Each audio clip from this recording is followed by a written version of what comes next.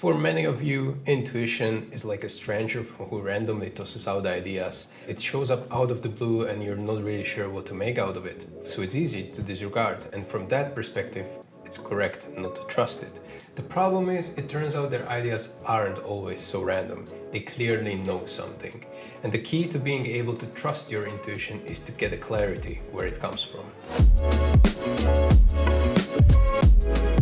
Hello everyone, welcome to the channel. STYKO here, and we're gonna talk about the topic of instinct and intuition and how it is important in the lives of professional gamers to develop those and how to hone it a little bit to become a better player overall. So this is really for everyone. If you're new to gaming or CSGO, or if you're already a professional gamer, I'm pretty sure you can get something out of this. So let's talk about it and let's get straight into it. So let's get into the question of why is intuition important.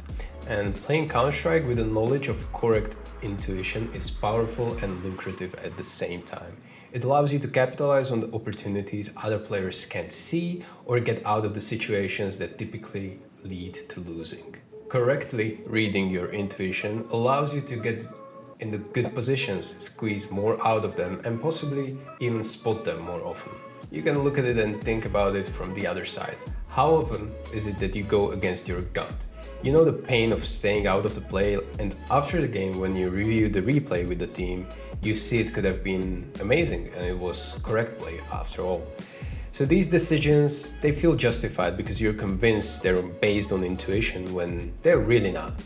So we have to ask ourselves the question, how much are these mistakes in fact costing you? If you're a new player, your intuition is much likely to be less accurate. Your intuition might be great in other aspects of your life, no doubt about that, but for gaming, intuition must start with a strong base of knowledge in order to be valuable. As a new player, you shouldn't really be discouraged to use your intuition because it's underdeveloped yet, and you must be skeptical until you get a decent sample size of the situations to accurately measure your gut. You can start tracking how often you are correct while doing these intuitive plays. You do not want to look for perfect accuracy of feedback here, obviously, because that's expected and that's not going to happen. So you have to be only rational here. So for example, if your intuitive play worked just because the other guy whiffed on you and you won the round, that intuitive play wasn't necessarily that good in the first place.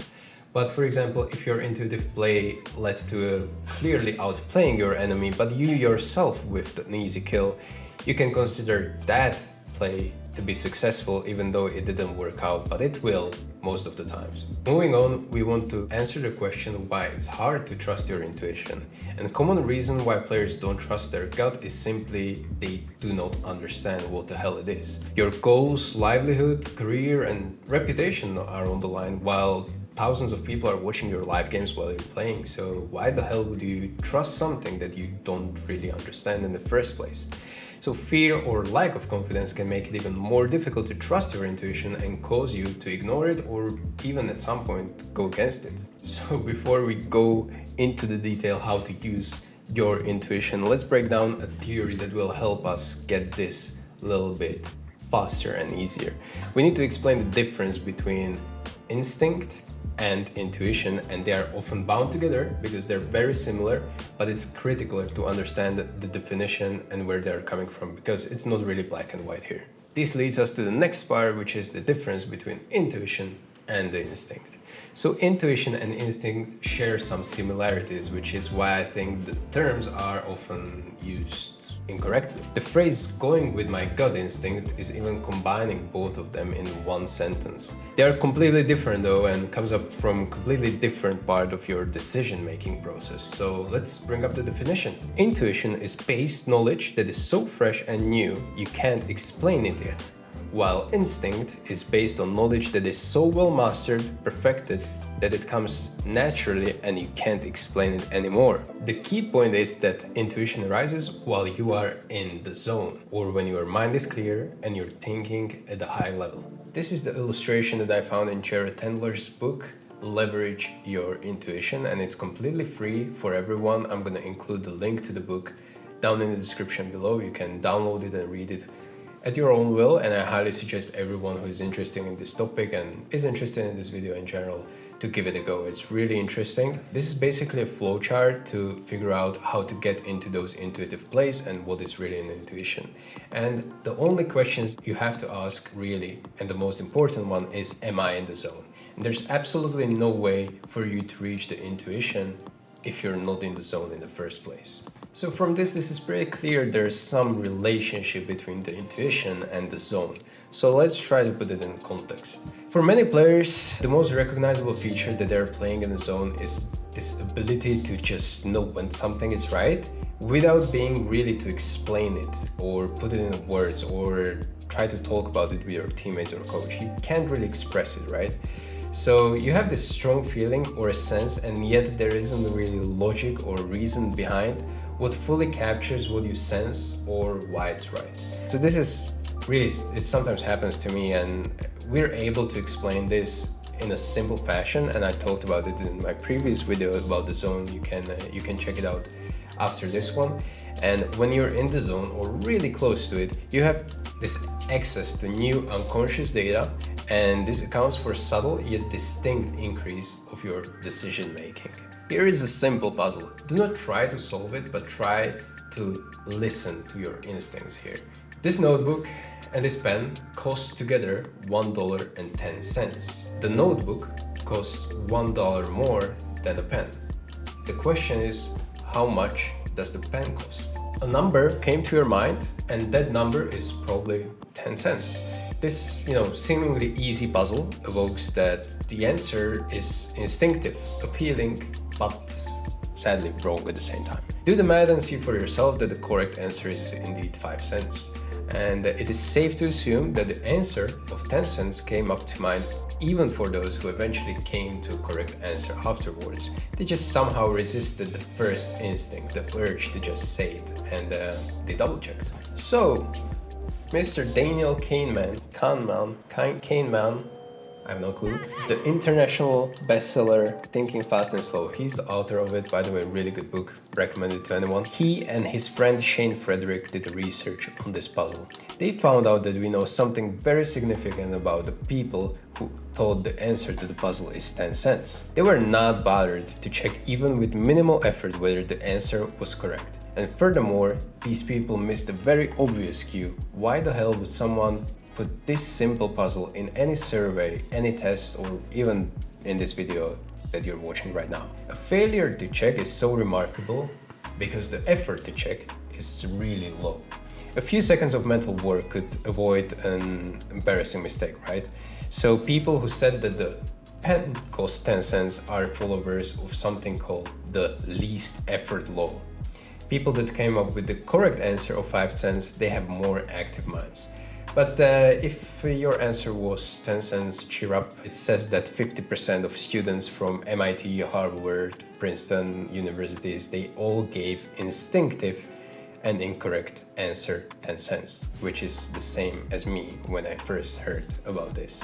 So no problem, I guess, right? So let's put that to Counter-Strike words, shall we? So this also determines how good players are able to forward the knowledge to other teammates so they can be better. Some players, when you ask them after the great round, how did you know the guy is going to be there? This was pretty awesome. They struggle to come up with an answer because they just say, I just knew it. But the key point here is really to dig deep and challenge their instinctive play.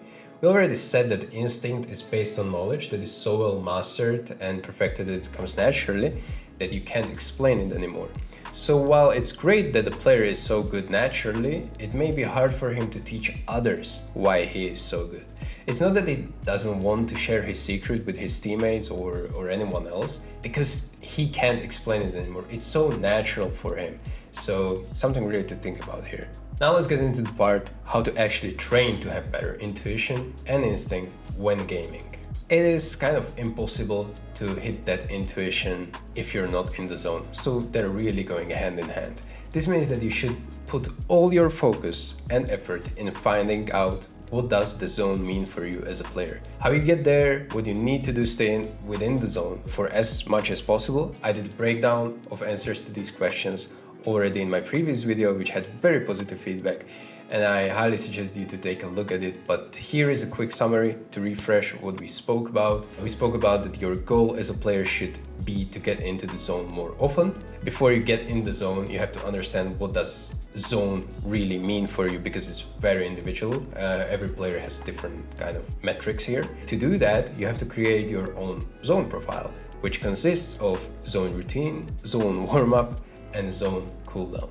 I went over each of these topics into the detail, so if you feel like you forgot something or you want to fresh up your mind a little bit, the link to that video will be first thing in the description below. Another thing, and this is really important, is that you should free up your mind to let your intuition to take over. And I'm not really talking spiritually here, but if you think about it, you put 100% of your brain power into something, there's really no space left for intuition to take over. You have to try to automate as many things as possible in game. Obvious example would be top teams practicing executes for hours and hours before they use it in official game, and that way everyone knows exactly what to do, how to deal with any counter to it, what are the inner timings, and what are the positions that they have to deal with. Same with setups. Just having code words for certain nade sets or crossfire positions allow you to focus more on your aim and what is happening in the server. That is where you allow your intuition to chime in to assist you, because you're not thinking about anything distracting. On more individual level, it would be to automate as many nade lineups as possible by, let's say, practicing them daily, or making sure that you properly check every corner during your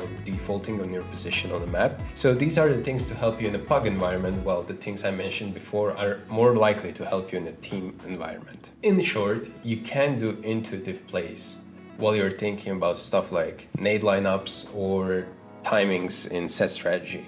If you automate as many things as virtually possible in any round, opportunities to play intuitively rise up as well as they're more successful. To the end of the video, I will just show you one example of intuitive play that I did in official game. Despite me not seeing any action until a really late round, I'm confident that I really helped winning the round with my intuitive play in disadvantageous position. So yeah, feel free to check it out, and let's see you after the clip. So you can see that in 4v5 situation, I decided to push A main on Ancient here, where I spotted no one. There was no one in front of A lobby, down in the mid. I basically had them contained in B. That allows for my communication to the teammates to block them even more, to burn more time, and then they will be less likely to be ready for the flank that I'm preparing here. As well. Time's starting to whittle down. We're about 53 seconds here on the clock, and STYKO's play now has so much more stock to it. He can flank in. If you get the backstab off onto Gringo, you can really capitalize on this push. Time's tight as well. That's the Molotov holding them back at ramp. This is going to be very awkward for E-Club Bruges. It won't be a walk in the park into B. Flash has come over. Jacob will peek. Ready. Fires off the first, but Richie will trade it. Hits a nice headshot on the Kalashnikov, and it's up to Astillion again to hold the line. Oh, he got the second through the smoke, but it'll actually be STYKO on the flank that finally takes down Gringo. And there he is, spamming through the pallet. Rips them to pieces. So this is something that was intuition in my mind, and I felt like the A player really left A and he decided to help his team in and execute, where I found this inner timing and I felt like I was playing in the zone that game. This is something that you can do as well in your individual games as well as team games. This was just a quick example of how I think the intuition can play out, and this was really good round in general, so I decided to include it here. And that's it for the video. I hope you enjoyed it. It was kind of technical here, but those videos are necessary in case you want to really perfect your master as a professional gamer. So feel free to like, subscribe, comment down what you liked, what you didn't like. I'm open to feedback, obviously, open to topics you want to hear about from me next. And a huge shout out again to Jared Tendler's book. He is really kind of writing masterpiece after masterpiece in my mind, at least, because it's really interesting. It's kind of in-depth as well. So this is exactly what I like. Feel free to check his ebook that I mentioned before down in the link description below. That's it, I guess, from me, and see you in the next one.